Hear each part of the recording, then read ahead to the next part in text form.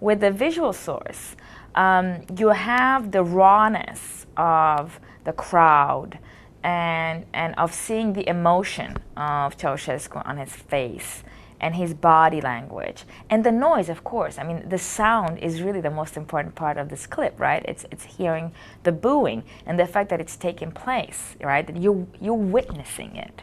The witnessing part is very important. It I think evokes very strong emotional reactions and a way of, really empathizing with the people in the square. There's also the issue of how things are framed. We tend to identify with the camera, and we tend not to think too much about how the image is framed and what's left outside of that, So this is the equivalent of reading between the lines and thinking about the background and the context of a written source, right? Why is it that the camera is focusing on the crowd in a particular way with a long shot and not individually on people? Why is it that it's looking away from people when they're booing? And frankly, probably is a good idea because they might have ended up in jail if you could see who was booing. Why is it looking at Ceausescu in a particular way? Who is next to him? Maybe, and we don't see in the balcony. Maybe there was somebody, and there actually was, but you can't see that person.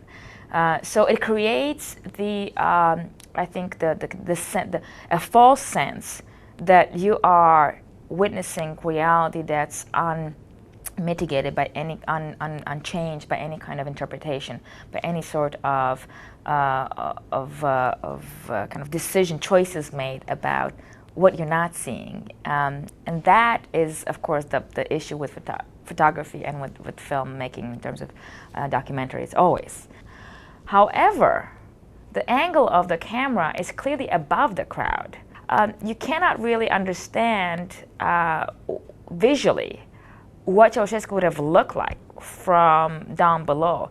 Because in a sense, people, he was a teeny tiny person in the balcony above. People heard Ceausescu more than saw him, right? So people below, in a way, might have been emboldened to boo because he didn't look kind of larger than life